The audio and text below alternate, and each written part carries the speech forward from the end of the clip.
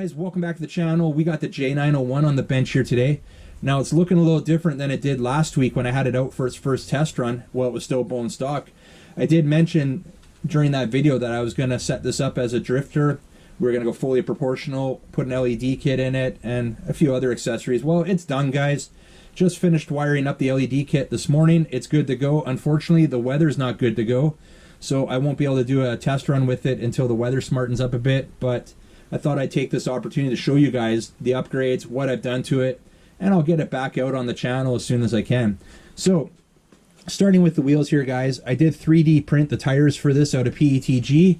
The wheels themselves came out of the parts bin. They were from some toy grade, I can't remember what. They did have these big off-road tires on them, but I was able to measure them up and get some tires printed for them. We gave them a little shot of gold spray paint there.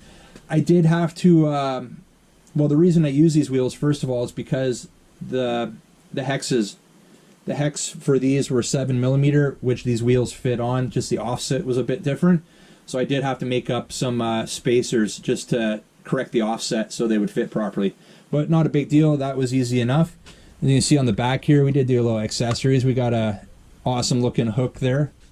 So we mounted that. Now that is for show. I do have a little screw holding it in place. I could let more line out and just throw the screw back in if we wanted to tow something, but it's really just for show. I may hook it up and we may drag some stuff during our run with this, but we'll see. On the back side, we've got some tail lights mounted right there. I like those chrome bezels that I found. Those are cool. And on the front here, guys, might be hard to see. We can see it like that without too much sheen off of the reflection off of the front grille there.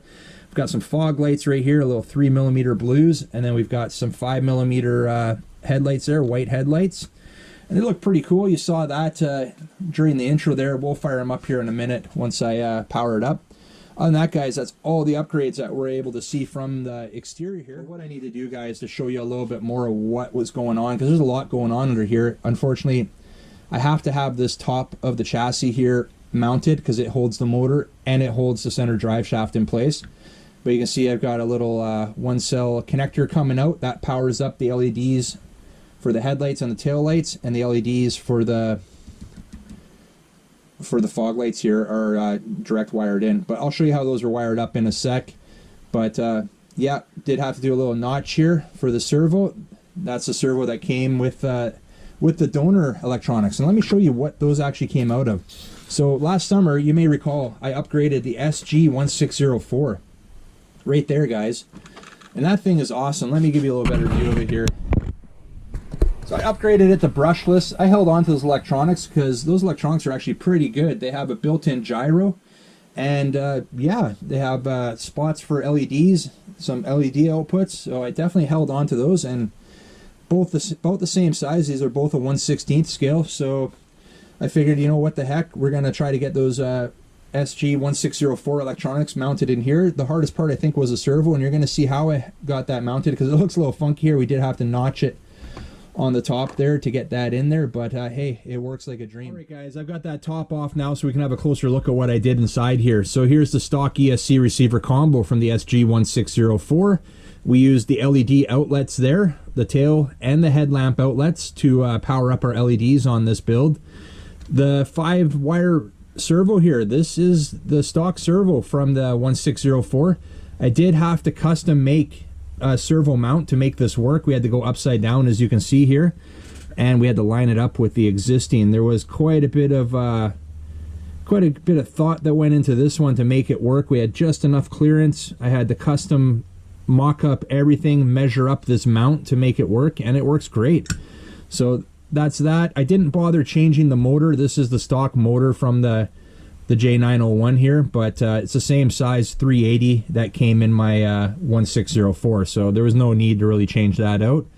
But yeah, I tried to keep the wiring as neat as possible. Had to keep everything up out of the way of the drive shaft there, but yeah, it worked out.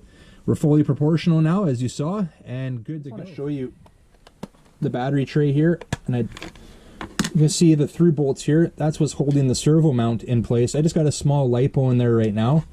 We can obviously fit a bigger LiPo in there. I'm only going to be running this off a 2S. I'm just not sure how I'm pretty sure the electronics can handle 3S if I remember correctly, but I'm not even going to bother. I'm not sure how well the gears can handle it. Right, guys, we've had a look at everything I've done to the J901 here, but before we wrap this one up, we've got to fire this up.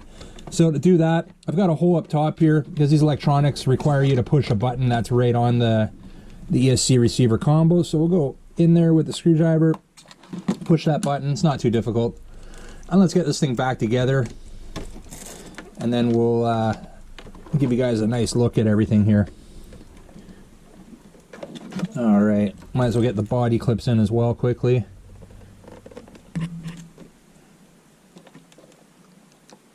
That one in, and we'll get the two rear ones in as well. I'm pretty excited to get this one out and test it. Won't be long, guys.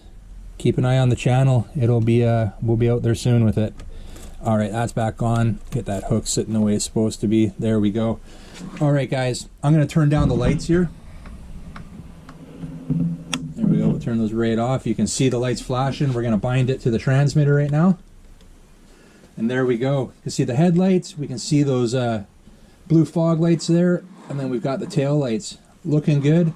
Now, here's a nice thing about this setup with this transmitter is I have full control over the lights. So check this out. I've got a little three-way switch here.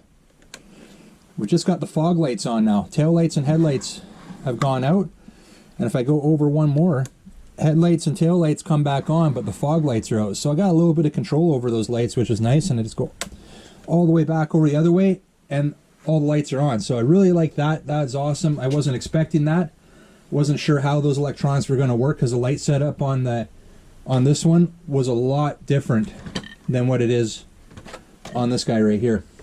But anyways, guys, let me show you. We got a built-in gyro on this one. The gyro activates after a certain speed, so there we go.